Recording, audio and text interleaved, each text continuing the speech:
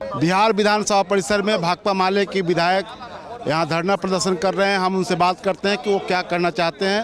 मनोज मंजिल जी, क्या सवाल है आप लोगों का, किस सवाल पर आंदोलन कर रहे हैं? अरे भाई, केंद्र सरकार की बहुत सारी योजनाएं बिहार में चल रही है। सरकारी कर्मी का दर्जा तो दीजिए, और हमारी ही सरकार ने आशा से जो कमिटमेंट किया उसको लागू करिए। पारितोषिक नहीं, वेतनमान दीजिए। रसोईया का 10,000 वेतन का सवाल है।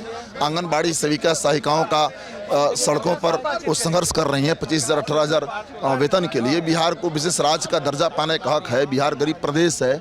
जाति सर्वे में आ गया कि बिहार की 34% आबादी गरीबी रेखा से नीचे जीवन बसर कर रही है। SC ST का 42% है। EBC BC 33% गरीबी रेखा से नीचे जीवन बसर कर रहा है। तो बिहार को विशेष राज्य का दर्जा पाने का हक है, ताकि बिहार गरीबी के दुष्चक्र से मुक्ति की दिशा में कदम बढ़ावे। और प्राइवेट सेक्टर, तो ये आरक्षण पर आज विधेयक आने वाला है सदन में, और बीजेपी के जो लोग हैं वो लगातार हंगामा कर रहे हैं। तो आपका क्या कहना है? ये लोग जो मुद्दा उठा रहे हैं, मुख्यमंत्री से माफी मांगो, इस्तीफा दो। मुख्यमंत्री जी तो अब माफी मांगिए लिए, लेकिन ये लोग मणिपुर पर माफी मांगेंगे? बिल्किस बानो के दुष्कर्मियों की रिहाई करने वाली पार्टी, राम रहीम और आसाराम बापू से आशीर्वाद लेने वाली पार्टी, कुलदीप सिंह सेंगर की पार्टी, ये लोग क्या बोलेंगे? ये लोग इसलिए परेशान हैं कि हिंदुत्व का पॉलिटिक्स का खेल बिहार में नहीं चल रहा है। किस बात को लेकर के आप लोग आंदोलनरत हैं? देखिए, जातीय गणना का रिपोर्ट आ गया और उसका रिपोर्ट भी सरकार सदन में पेश कर दिया। आरक्षण का विस्तार भी सरकार ने किया है।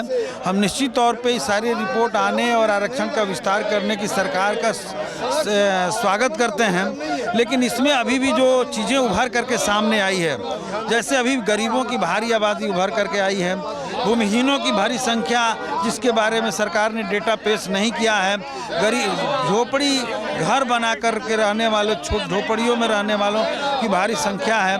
तो ऐसे लोगों पर सरकार पॉलिसी तय करके सभी बसे हुए लोगों को जो जहां बसे हैं वहां उनको जमीन दे दें। लैग कर रहा है कि जो ये इसका भूमि की मिल्कियत का जो मामला है वो ये ओपन नहीं हुआ है कि किसके पास कितनी ज़मीन है।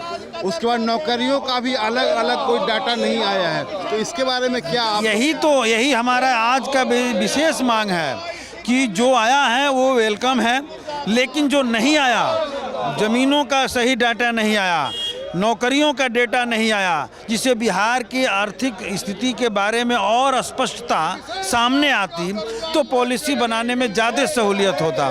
इसलिए सरकार उसे भी पेश कर दे और उसके आधार पर पॉलिसी तय करे। और केंद्र सरकार से मांग कर रहे हैं कि बिहार जो गरीब प्रदेश के रूप में उभर करके सामने आया है सर्वे से, तो बिहार को विशेष राज्य का दर्जा दे, बिहार को विशेष राज्य का दर्जा मिले। लगातार बीजेपी के विधायक लोग हंगामा कर रहे हैं, मुख्यमंत्री से इस्तीफे की बात कर रहे हैं, क्या लग रहा है आपको? बीजेपी के पास और कोई मुद्दा नहीं है।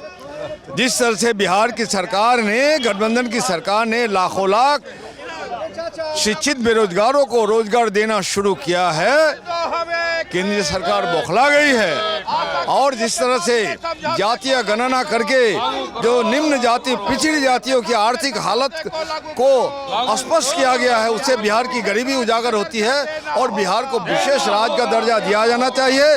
और तमाम स्कीम योजना को, जिन योजनाओं को केंद्रीय सरकार ने शुरू की है, उस स्कीम योजना के वर्कर्सों को केंद्रीय सरकार को सम्मानजनक वेतन देना होगा। उसी के लिए हम लोग प्रदर्शन कर रहे हैं। ये लोग जो बीजेपी के लोग लगातार मुख्यमंत्री से इस्तीफे की मांग कर रहे हैं, तो क्या ये मुख्यमंत्री ने तो माफी मांग लिया है? मुख्यमंत्री तो वो पटाक्षेप हो गया, वो समाप्त हो गया, इसके पास कोई मुद्दे हैं नहीं। इसलिए उनको हम आग्रह करते हैं कि उद्देश्य क्या है बीजेपी? अरे उनका अराजकता फैलाना, मुद्दों को डाइवर्ट करना। चूंकि ऐतिहासिक उपलब्धि हुई, 1,23,000 नौजवानों को रोजगार दिया गया और जातीय गणना हुई, और इस गणना की गूंज पूरे देश में सुनाई पड़ रही है। पूरे देश की जनता चाहती है कि जातीय गणना हो। और सेंसस को इसने क्यों रोक के रखा है? हर 10 साल के अंदर में जनगणना होनी चाहिए।